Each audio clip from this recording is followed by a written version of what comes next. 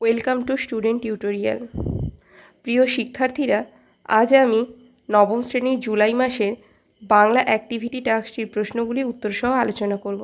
চলো আমি আলোচনা করে দিচ্ছি, তোমরা দেখে নাও। একে কী বলেছে, ঠিক উত্তরটি বেছে নিয়ে লেখো। প্রথম প্রশ্ন দেখে নাও। ঈশান হলো উত্তর পূর্ব কোণ, উত্তর পশ্চিম কোণ, দক্ষিণ পূর্ব কোণ, পশ্চিম কোণ। সঠিক উত্তর হবে অপশন ক, উত্তর পূর্ব কোণ। দুয়ে কী বলেছে, আজ আমার সংসার চলবে কিভাবে।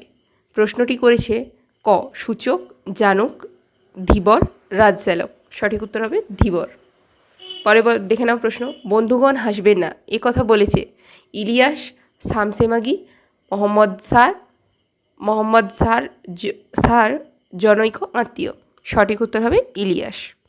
চারে কী বলেছে, মাস্টারমশাইয়ের কাছ থেকে এইটুকুই আমার নগদ লাভ। বক্তার লাভ হয়েছিল 5 টাকা, 10 টাকা, 15 টাকা, 20 টাকা। সঠিক উত্তর হবে 10 টাকা। পাঁচে কী বলেছে, নোঙর কবিতাটি যে কাব্যগ্রন্থের অন্তর্গত সেটি হলো কুসুমের মাস, সাদা মেঘ কালো কাপড়, পাতাল কন্যা, ছায়ার আলাপন। সঠিক উত্তর হবে সাদা মেঘ কালো পাহাড়। দুয়ে চলে এসো। কী বলেছে, কম বেশি 15টি শব্দের মধ্যে উত্তর লেখো। প্রথমে কি বলেছে, প্রজা চমকিত। প্রজা চমকিত কেন, উত্তর দেখে নাও। কলিঙ্গ দেশে ঝড় বৃষ্টি ও বজ্রপাতের ফলে এক দুর্যোগপূর্ণ আবহাওয়া সৃষ্টি হয়েছে। ঝড়ের দাপটে মাঠের শস্য উপড়ে পড়ে লণ্ডভণ্ড হয়ে যায়, তা দেখে প্রজা চমকিত হয়েছিল। দুয়ে কী বলেছে, ধীবর বৃত্তান্ত নাট্যাংশে ধীবরের বাড়ি কোথায়। ধীবর বৃত্তান্ত নাট্যাংশে ধীবরের বাড়ি সক্রাবতারে। তিনি কি বলেছে, ইলিয়াস তো ভাগ্যবান পুরুষ। কারা একথা বলতো, উত্তর দেখে নাও। ইলিয়াসের প্রতিবেশীরা বলতো ইলিয়াস তো ভাগ্যবান পুরুষ। পরে চলে এসো। মনে এলো মাস্টারমশাইয়ের কথা, কখন এমনটি ঘটেছে। উত্তর দেখে নাও। কথকের মনে মাস্টারমশাইয়ের কথা এসেছিল যখন একটি পত্রিকার পক্ষ থেকে ছোটোবেলায় গল্প লেখার ফরমাশ এসেছিল। পাঁচে, বিরামহীন এই দাঁড় টানা। কবি দাঁড় টানাকে বিরামহীন বলেছেন কেন। নোঙর কবিতায় কবি অজিত দত্ত বিরামহীন দাঁড় টেনে নৌকাটিকে উদ্দিষ্ট গন্তব্যে নিয়ে যেতে চান। তটের কিনারে নোঙরের কাছে বাঁধা পড়েছে নৌকোটি।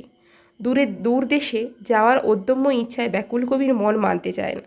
অনেক বাধা বন্ধনকে অতিক্রম করে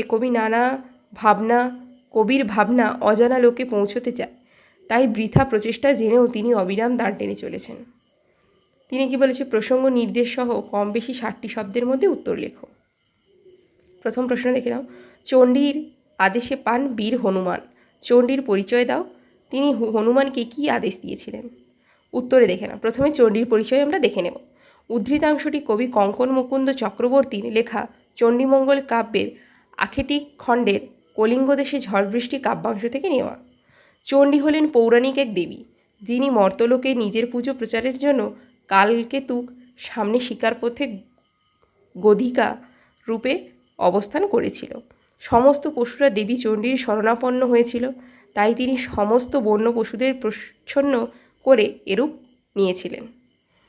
তারপরে কি বলেছে, হনুমানকে দেওয়া চণ্ডীর আদেশ দেখে নাও। দেবী চণ্ডীর আদেশ পেয়ে বীর হনুমান লঙ্কা দহনের মতোই ধ্বংস সাধনে ব্রতী হয়ে উঠেছিল। মঠ অট্টালিকা ভেঙে খণ্ড খণ্ড করে দিয়েছিল। চারিদিকে পর্বতের সামনে ঢেউ তুলে ঘরবাড়ি উড়িয়ে দিয়ে যাচ্ছিল। দেবী চণ্ডী হনুমানকে এই আদেশ দিয়েছিলেন।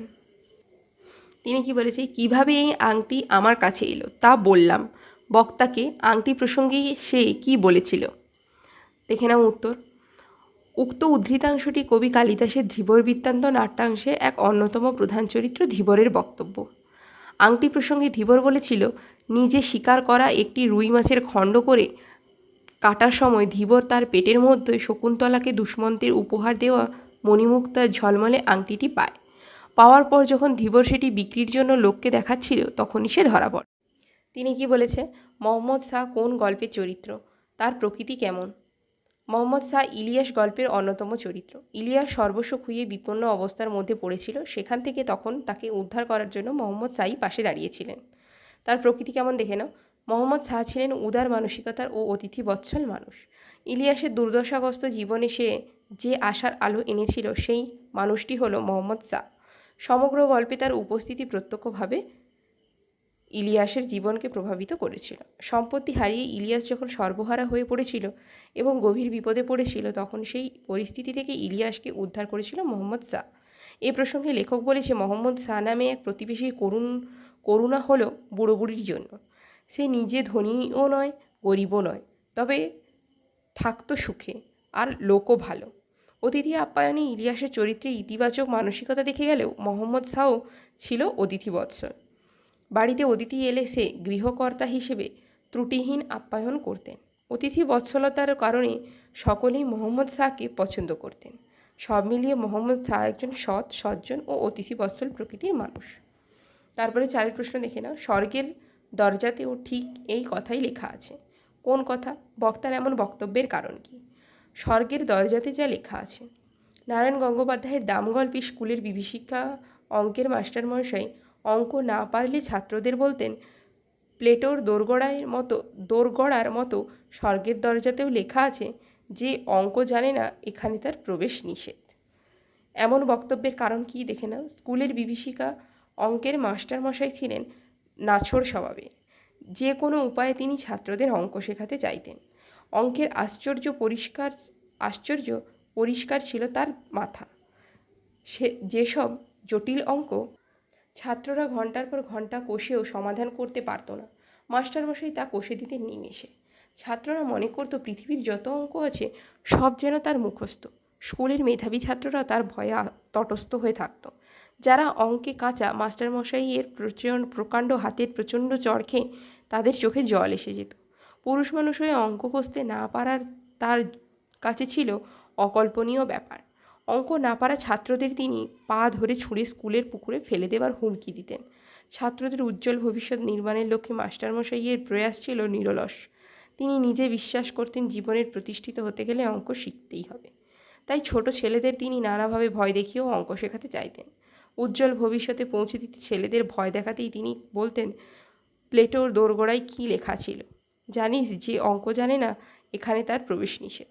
স্বর্গের দরজাতেও ঠিক ওই কথাই লেখা রয়েছে। 5 কি বলেছে? আমার বাণিজ্য তরী বাধা পড়ে আছে। কোন বাণিজ্য তরী? সেটি বাধা পড়ে আছে কেন?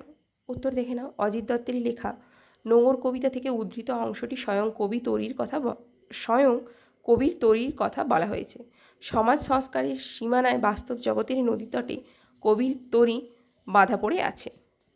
কবি দূর সমুদ্র পাড়ে পাড়ি দিতে চান তার বাণিজ্য তরী নিয়ে, কিন্তু তটের কিনারে তারা নোঙর বাঁধা পড়ে গেছে। জোয়ারের ঢেউগুলি যখন সেই নৌকোকে সঙ্গে নিয়ে যেতে চায়, কিন্তু ব্যর্থ হয়ে ফিরে যায় সমুদ্রের দিকে। অভিমানে তারা ফুলে ফুলে উঠে আর ব্যর্থতার তরীতে মাথা ঠোকে। কবির জীবন সমাজ সংস্কারে হাজার কাজের মধ্যে আবদ্ধ।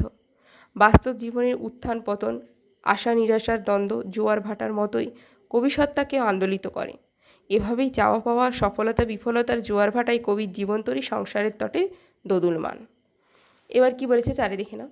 নিচের প্রশ্নগুলি উত্তর নিজের ভাষায় লেখো, কম বেশি 150টি শব্দে। প্রথম প্রশ্ন দেখে নাও। নিরবধি 7 দিন বৃষ্টি নিরন্তর, এই প্রাকৃতিক বিপর্যয়ে কলিঙ্গবাসীর জীবনকে কিভাবে বিপন্ন করে তুলেছিল তা আলোচনা করো। উপরিক্ত উদ্ধৃতিটি বাংলা সাহিত্যের মধ্যযুগীয় মঙ্গলকাব্য ধারার অন্যতম শ্রেষ্ঠ চণ্ডীমঙ্গল কাব্যের আখেটিক খণ্ডর অন্তর্গত কলিঙ্গ দেশের ঝড় বৃষ্টি কবিতাংশ থেকে গৃহীত। উক্তিটির অর্থ হল 7 দিন অবিরত বৃষ্টিতে মাঠ থেকে নানা শস্য এবং ঘরবাড়ি নষ্ট হয়ে গিয়েছিল। বাস্তববাদী কবি মুকুন্দ চক্রবর্তী কলিঙ্গ দেশের ঝড় বৃষ্টি কাব্যাংশে কলিঙ্গ দেশের প্রাকৃতিক সৌন্দর্য বর্ণনা করেননি। প্রাকৃতিক ভয়াল রূপটি প্রকাশ ঘটিয়েছে। দেবী চণ্ডীর আদেশে কলিঙ্গ দেশে হঠাৎ যে প্রাকৃতিক বিপর্যয় শুরু হয়েছে তার নিখুঁত বর্ণনা করেছেন কবি। ঈশান কোণের ঘনায়মান মেঘ শীঘ্র ছেয়ে ফেলেছে কলিঙ্গ দেশের আকাশ। কবি বলেছেন, ঘন অন্ধকারে দেখিতে না পায় কেহ অঙ্গ আপনার।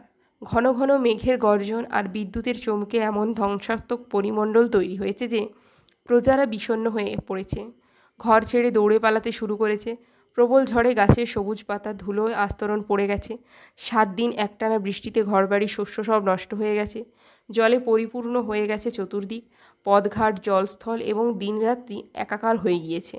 কলিঙ্গের প্রজারা ভয়ে বজ্র নিবারক মুনি জৈমিনীকে স্মরণ করেছে। সূর্য মেঘের অন্ধকারে 7 দিন ধরে চাপা পড়ে রয়েছে। গর্তে জল ঢোকায় সাপ বাসাহারা হয়ে ভেসে বেড়াচ্ছে যত্রতত্র। বৃষ্টির সঙ্গে ভদ্রের তালের মতো শিলা পড়ছে ঘরের চাল ভেদ করে। এত জোরে জোরে বাতাস বইছে যে মাঠ অট্টালিকা সব ভেঙে খান খান হয়ে যাচ্ছে। পর্বত প্রমাণ ঢেউয়ে বাড়িঘর টলমলো করছে। মোট কথা চরম প্রাকৃতিক দুর্যোগ কলিঙ্গ প্রজাদের জীবন বিপর্যস্ত হয়ে পড়েছে। পরে কি বলেছে, সেই আংটি দেখে মহারাজের কোনো প্রিয়জনের কথা মনে পড়েছে। মন্তব্যটি প্রসঙ্গে নির্দেশ করে আংটিটি দেখে মহারাজের কী প্রতিক্রিয়া হয়েছিল তা বুঝিয়ে দাও। কালিদাস রচিত ধীবর বৃত্তান্ত নাট্যাংশে নগর রক্ষায় নিযুক্ত রাজসেবক ও 2 রক্ষী এক অতি সাধারণ ধীবরের কাছে রাজ নামাঙ্কিত মণিখচিত বহুমূল্য একটি আংটি উদ্ধার করে। চুরির অপরাধে তারা ধীবরকে আটক করে রাজধানীতে নিয়ে আসে। ধীবরের থেকে আংটি প্রাপ্তির বিবরণ শুনে রাজসেবক তা জানানোর জন্য রাজার কাছে যান। রাজসেবক কিছু সময় পর ফিরে এসে বলেন, সেই আংটি দেখে মহারাজের কোনো প্রিয়জনের কথা মনে পড়েছে। আংটি সংক্রান্ত ঘটনায় ধীবরের সম্মানজনক মুক্তির আদেশ নিয়ে আসেন রাজসেবক। রাজার কাছ থেকে এসে তিনি জানান, আংটি দেখে রাজা কিছু সময়ের জন্য বিহ্বল হয়েছিলেন। রাজসেবক তবুও বলেন, শুধুমাত্র মূল্যবান বলেই যে স্বভাবগম্ভীর রাজা এমন করেছিলেন তা তার মনে হয়নি, বরং কোনো প্রিয়জনের স্মৃতি তার স্মরণে এসেছিল। তিনি কি বলেছে, ইলিয়াস গল্প অনুসরণে ইলিয়াস চরিত্রটি বিশ্লেষণ করো। উত্তর দেখে নাও। ভূমিকা। ইলিয়াস গল্পের কেন্দ্রীয় চরিত্র তথা নায়ক চরিত্র ইলিয়াস। ইলিয়াসের বন্ধুর জীবনের ছবিটি সম্যকভাবে ধরা পড়েছে আলোচ্য গল্পে। আর এখান থেকে ইলিয়াসের চরিত্রের বেশ কিছু বৈশিষ্ট্য আমাদের চোখে ধরা পড়েছে। পরিশ্রমী ও কর্মপ্রিয়। ইলিয়াস একই সঙ্গে পরিশ্রমী ও কর্মপ্রিয় ছিল। লেখক জানিয়েছিলেন, ইলিয়াসের সুব্যবস্থায় তার সম্পত্তির কিছু কিছু করে বাড়তে লাগলো। তিনি নিজের অবস্থার জন্য দিনরাত্রি পরিশ্রম করতে যেত। তার সঙ্গী হতো তার স্ত্রী। মালিক হওয়া সত্ত্বেও তার মধ্যে কোনো অহংকার ছিল না। কিভাবে সম্পত্তি রক্ষা করা যায়, সম্পত্তি কিভাবে বজায় থাকে, এসব নিয়ে তার নানা চিন্তায় মগ্ন থাকতো সে। কর্তব্যপরায়ণ পিতা। তদুপরি ইলিয়াস ছিল কর্তব্যপরায়ণ পিতাও, কারণ তার সমস্ত পরিশ্রমের ফল তার সন্তানের জন্যই। কিন্তু এক সময় যখন পুত্রদের যন্ত্রণা আর মেনে নিতে পারেনি, তবুও কর্তব্যপরায়ণ পিতার ন্যায় পুত্রদের সে সম্পত্তির অধিকার থেকে তাদের বঞ্চিত করেনি। ইলিয়াস ধনী হবার পরও তার পরিচিতি বেড়ে যায়। সে অতিথিদের সন্তুষ্ট করতে জানত। লেখক জানিয়েছেন, দূর দূরান্ত থেকে অতিথিরা তার সঙ্গে দেখা করতে আসে। সকলকেই স্বাগত জানিয়ে সে তাদের ভোজ্য পানীয় দিয়ে সেবা করে। সে যখনই আসুক, কুমিজ, চা, শরবত আর মাংস সব সময়ই হাজির। কর্তব্যপরায়ণ, দায়িত্বসুলভ মানসিকতা। আদর্শ পিতার পাশাপাশি ইলিয়াস ছিল একজন দায়িত্বপরায়ণ ব্যক্তি। ভাগ্যের কারণে ভৃত্যে পরিণত হয়েও তার কর্তব্যবোধ, প্রভুর প্রতি ভালোবাসা, দায়িত্বপরায়ণতা কমেনি। আধ্যাত্ম চেতনা। সংসার জীবনে অনেক কিছু পাওয়া ও হারানোর পর ইলিয়াস আধ্যাত্মিক চেতনা প্রসারিত হয়েছিল। সে বুঝতে পেরেছিল, বিষয় সম্পত্তি নয়, মানুষ সেবার মধ্যেই মুক্তি বা শান্তিপ্রাপ্তি হয়। তাই মালিকের প্রভুজ্ঞানে সেবা করেছে সে। উল্লিখিত গুণগুলির সমাহারে ইলিয়াস চরিত্রটি অসাধারণ হয়ে উঠেছে। চারে কি বলেছে, আমার ছাত্র আমাকে অমর করে দিয়েছে। বক্তাকে কেন তার এমনটি মনে হয়েছে? উত্তর দেখে নাও। উক্ত উদ্ধৃতাংশটির বক্তা হলেন দাম গল্পের কথকের বৃদ্ধ মাস্টারমশাই। অবসরের পর মাস্টারমশাই আশ্রয় নিয়েছিল বাংলাদেশের এক প্রান্তের একটি শহরে নির্বিবাদে জীবন কাটানোর অভিপ্রায়। বহুকাল পর প্রাক্তন ছাত্র সুকুমারের সঙ্গে দেখা হলে তিনি আবেগাপ্লুত হয়ে পড়েছেন। চোখের জল ধরে রাখতে পারেননি। ছাত্র সুকুমার কলেজে চাকরি পেয়েছে, প্রতিষ্ঠিত হয়েছে। ছাত্রের প্রতিষ্ঠায় নিজের সম্মানিত মনে করেছেন উদারমনস্ক মাস্টারমশাই। সুকুমার তাকে নিয়ে কল্পনায় মনে করে রং মিশিয়ে উপদেশ বর্ষণ করে পত্রিকায় গল্প লিখেছে জেনেও মাস্টারমশাই আনন্দ পেয়েছেন। ক্ষমাসুন্দর দৃষ্টিতে ছাত্রের এই অবমাননাটাও সুন্দর হয়ে উঠেছে তার কাছে। তাই এই প্রসঙ্গে তিনি ভেবেছেন তাকে নিয়ে গল্প লিখে ছাত্র তাকে অমর করে দিয়েছে। পাঁচে কি বলেছে, নোঙর গিয়েছে পড়ে তটের কিনারে। উদ্ধৃতিটি আলোকে নোঙর কবিতাটি কবি আক্ষেপ কিভাবে প্রকাশ পেয়েছে তাও নির্দেশ করো। উত্তর দেখে নাও। কবি অজিত দত্তের নোঙর কবিতাটি আপাত বক্তব্য সাধারণ। কবি নৌকো নিয়ে পাড়ি দিতে চান দূর সাগরের পাড়ে, কিন্তু তটের কিনারে নোঙর পড়ে গেছে। নোঙরের কাছিতে তার নৌকো বাঁধা। তিনি সারা রাত বৃথা দাঁড় টেনে চলেছেন। জোয়ারের ঢেউগুলি সমুদ্রপানে ছুটে চলেছে। ভাটার সময় সমুদ্রের স্রোত নিষ্প্রাণ হয়ে পড়ে। কবি দাঁড় টানেন, মাছ তুলে পাল বাঁধেন, তবুও নৌকা সচল হয় না। ঢেউগুলি নৌকার মাথা ঠোকে, স্রোত তাকে যেন বিদ্রুপ করে। পণ্য ভরা বাণিজ্য তরী নিয়ে কবির আর সপ্ত সিন্ধু পাড়ি দেওয়া হলো না। তরা ভরা পণ্য নিয়ে পাড়ি দিতে সপ্ত সিন্ধু পারে, নোঙর কখন জানি পড়ে গেছে তটের কিনারে। এই আপাত বক্তব্যের আড়ালে কবি বলতে চেয়েছেন, কাঙ্ক্ষিত লক্ষ্যে পৌঁছানোর উদ্দেশ্যে মানুষ যখন আজীবনের সঞ্চয় তথা বাণিজ্য তরীটি নিয়ে পাড়ি দিতে চায় দূর সিন্ধু পারে, তখন নোঙর অর্থাৎ জাগতিক বন্ধন সে যাত্রাপথে প্রতিবন্ধ হয়ে দাঁড়ায়। বহমান সময় সমুদ্রের জোয়ার ভাটার মতোই আশা সুখ দুঃখ ভিন্ন ভিন্ন মাত্রায় স্পর্শ করে যায় তার সুদূর পিয়াসী মনকে। দাঁড় টেনে মাস্তুল পাল বেঁধে জীবনভর বিরামহীন চেষ্টা চালিয়েও নোঙর বন্ধন আলগা করতে পারে না সে। তার সব চেষ্টাই চালিয়ে নোঙরের বন্ধন আলগা করতে পারে না সে। তার সব চেষ্টাই ব্যর্থ হয়ে যায়। যতই না দাঁড় টানি ততই মাস্তুলে বাঁধি পাল, নোঙরে কাছি বাঁধা তবুও নৌকো চিরকাল। প্রতি পদক্ষেপে তিনি এইভাবে আক্ষেপ প্রকাশ করেছেন। এরপরে পাঁচে কি বলেছে, নির্দেশ অনুযায়ী উত্তর দাও। শোলক শ্যালাক থেকে শোলক, এক্ষেত্রে ঘটেছে মধ্য স্বরাগম। অপশান গ হচ্ছে মধ্য স্বরাগম। তারপরে কি বলেছে, হলো একটি ক সংবৃত্ত স্বরধ্বনি, খ বিবৃত স্বরধ্বনি, গ অর্ধ বিবৃত স্বরধ্বনি, ঘ অর্ধ সংবৃত্ত স্বরধ্বনি। সঠিক উত্তর হবে অর্ধ বিবৃত স্বরধ্বনি। পাঁচে তিনে বলেছে, বিদেশি উপসর্গযোগে উৎপন্ন একটি শব্দ হলো আমজনতা। অপশান ক আমজনতা। মৌলিক ও সাধিত ধাতুর একটি পার্থক্য লেখো। মৌলিক ধাতু, সাধিত ধাতু। মৌলিক ধাতুতে কি বলেছে, বাংলায় যেসব ধাতু একটি মাত্র দল বা অক্ষর নিয়ে গঠিত হয়, যাদের বিশ্লেষণ করা যায় না, সেই স্বয়ং সিদ্ধ ধাতুকে মৌলিক ধাতু বলে। আর প্রত্যয় যোগে ঠিক ধাতু গঠিত ধাতুকে সাধিত ধাতু বলে।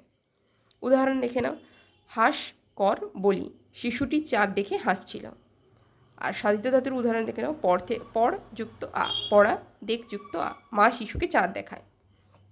পাঁচে কি বলেছে, ধাতব্যয়ব প্রত্যয়ের একটি উদাহরণ দাও। উদাহরণ দেখে নাও, চল গমন করা, সেখান থেকে ই, নিচ ধাতু, সেখান থেকে চালি। এটা চালি হবে না, চলি। 6 অনুসর্গের অন্য দুটির নাম উল্লেখ করো। অনুসর্গের অন্য দুটি নাম হলো পরসর্গ ও কর্ম প্রবচনীয়। 6 বলেছে, ভাব সম্প্রসারণ করো। ধর্মের নামে মোহ এসে যারে ধরে, অন্ধ সে জন মরে আর শুধু মরে। উত্তর দেখে না। ধর্মকথাটির অর্থ হলো ধারণ করা। প্রকৃত ধর্ম মানুষকে সহনশীল করে মানুষকে মনুষ্যত্ববোধে উদ্দীপ্ত করে। হিংসা বিদ্বেষ পারস্পরিক হানাহানি থেকে মানুষকে মুক্ত করে।